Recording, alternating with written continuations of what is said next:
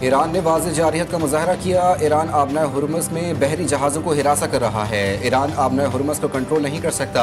امریکی فورسز کو آبنۂ ہرمز یا ایرانی حدود میں جانے کی ضرورت نہیں۔ امریکی کارروائیوں کا مقصد بحری تجارتی راستوں کا تحفظ ہے۔ پینٹاگون میں نیوز کانفرنس کرتے ہوئے امریکی وزیر جنگ پیٹ ہیگزیت نے کہا کہ آپریشن پروجیکٹ فریڈم اور ایپک فیوری الگ الگ ہیں۔ جنرل ڈین کیئر نے کہا کہ ایران نے 2 تجارتی معاہدوں اور جہازوں کو قبضے میں لے رکھا ہے۔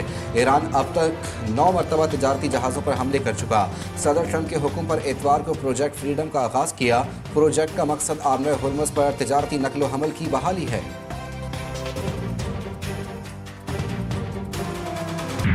وزیر اعظم کی متحدہ عرب امارات میں گزشتہ رات شہری انفراسٹرکچر پر حملوں کی شدید مذمت۔ ایکس پر اپنے پیغام میں وزیر اعظم کا متحدہ عرب امارات کے صدر محمد بن زائد کے ساتھ مکمل یکجہتی کا اظہار۔ کہا خطے میں اپنے استحکام کے لیے جنگ بندی کا احترام اور اس پر مکمل عمل درآمد انتہائی ضروری ہے۔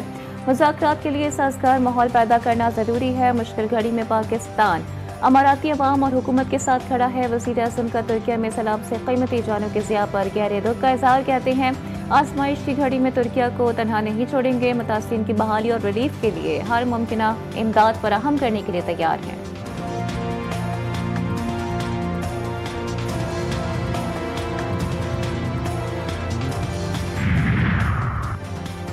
خطے میں بڑھتی کشیدگی پر سعودی عرب کا تشویش کا اظہار۔ تمام فریقین کو صبر و تحمل کا مظاہرہ کرنے اور حالات مزید خراب نہ کرنے کی تاکید۔ سعودی عرب نے پاکستان کی سفارتی کوششوں اور ثالثی کے کردار کو سراہتے ہوئے مکمل حمایت کا اعلان کیا۔ آبنۂ ہرمز میں جہاز رانی کی بحالی کو بھی انتہائی اہم قرار دیا۔ سعودی ولی عہد شہزادہ محمد بن سلمان کا صدر UAE سے ٹیلی فونک رابطہ۔ متحدہ عرب امارات پر ایرانی حملے کی مذمت۔ سعودی عرب کا UAE کی سلامتی کے لیے مکمل حمایت کا اعادہ۔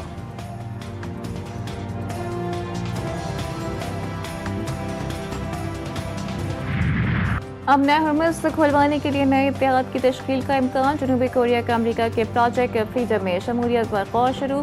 رپورٹس کے مطابق سفارتی اور عسکری پہلوؤں کا بھی تفصیلی جائزہ لیا جا رہا ہے۔ ماہرین کے مطابق جنوبی کوریا کے ممکنہ شمولیت سے بین الاقوامی تعاون بڑھے گا، لیکن خطے میں کشیدگی میں اضافے کے خدشات بھی برقرار ہیں۔ ٹرمپ ہیجانی کیفیت کا شکار، کبھی مذاکرات کی امید، کبھی دھمکی آمیز لفظوں کی بوچھاڑ۔ ایران کو صفحہ ہستی سے مٹانے کی ایک اور دھمکی۔ کہا امریکی جہازوں پر حملہ کیا تو ایران کا نام و نشان مٹا دوں گا۔ آبنائے ہرمز میں آپریشن کے دوران کسی قسم کی مداخلت برداشت نہیں، کسی صورت ایران کو جوہری ہتھیار حاصل نہیں کرنے دیں گے۔ ٹرمپ نے ایک بار پھر دعویٰ کیا کہ ایران کی فوجی طاقت کو بڑی حد تک تباہ کر دیا۔ اس کے پاس نہ مؤثر بحریہ رہی، نہ فضائیہ اور نہ جدید ریڈار سسٹم۔ 159 ایرانی جہاز سمندر میں ڈبو دیے گئے۔ ایران سے متعلق تنازع ختم ہونے کے بعد تیل کی قیمتوں میں کمی ہو جائے گی۔ ابھی تو ہم نے شروع بھی نہیں کیا۔ ایران کی پارلیمنٹ کے اسپیکر محمد باقر کلیباف کی امریکہ کو وارننگ۔ کہتے ہیں امن ہرمز میں امریکہ اور اس کے اتحادیوں کی پالیسیز کے باعث صورتحال مزید کشیدہ ہو رہی ہے۔ خطے میں ایک نئی طاقت کا توازن تشکیل پا رہا ہے، جس کے اثرات عالمی سطح پر مرتب ہوں گے۔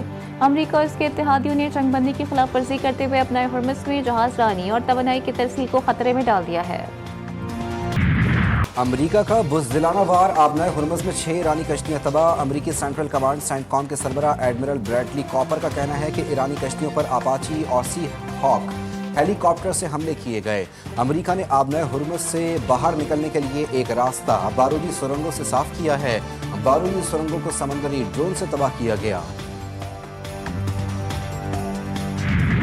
امن ہرمز میں امریکی کارروائی پر بڑا انکشاف۔ ایران کے سرکاری میڈیا کے مطابق امریکی حملے میں 5 شہری شہید ہو گئے۔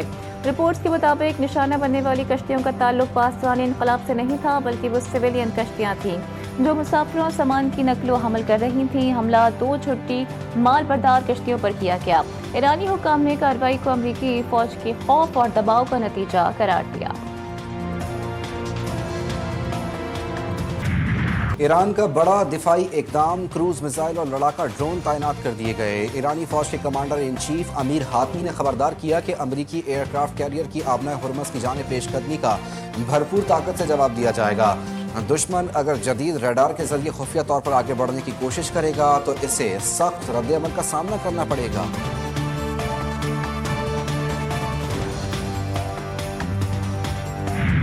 امن ہرمز کے واقعات سے واضح ہے کہ سیاسی بحران کا کوئی فوجی حل نہیں۔